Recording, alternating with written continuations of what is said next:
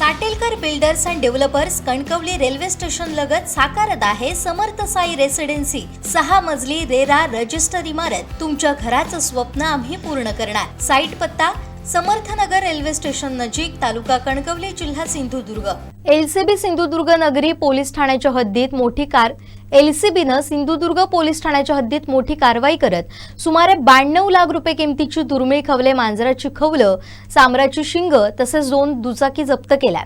या प्रकरणी 4 जणांना ताब्यात घेण्यात आलं असून त्यांच्या विरुद्ध भारतीय वन्यजीव संरक्षण अधिनियमाअंतर्गत गुन्हा दाखल करण्यात आलाय।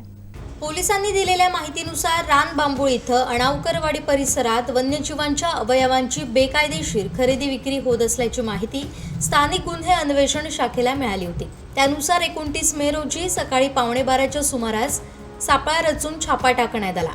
या कारवाईत 1 किलो 800 ग्रॅम वजनाची खवले, मांजरांची खवलं, सांबराची 2 शिंग तसेच 2 मोटरसायकली असा एकूण 92 लाख रुपयांचा मुद्देमाल जप्त करण्यात आला। या प्रकरणी पडवेकुडा येथील गणेश शिर्के, रानबांबुळ येथील विठोबा भगवान बावलेकर, पडवे येथील शंकर यशवंत तारापुरे आणि मालवण सुकळवाडी येथील कालिदास दत्तात्रय वारंग यांना ताब्यात घेण्यात आलाय। या संशयित आरोपींविरुद्ध सिंधुदुर्ग पोलीस ठाण्यात गुन्हा दाखल करण्यात आलाय। ही कारवाई पोलीस अधीक्षक मोहन दहिकर, अप्पर पोलीस अधीक्षक नवमी साटम यांच्या सूचनेनुसार स्थानिक गुन्हा अन्वेषण शाखेचे पोलीस निरीक्षक प्रवीण कोल्हे यांच्या मार्गदर्शनाखाली करण्यात आली। या पथकात पोलीस उपनिरीक्षक अनिल हाडळ, सहाय्यक पोलीस उपनिरीक्षक सुरेश राठोड तसेच डॉमिनिक डिसोजा, राणे जॅक्सन, कांडर यांचा समावेश होता।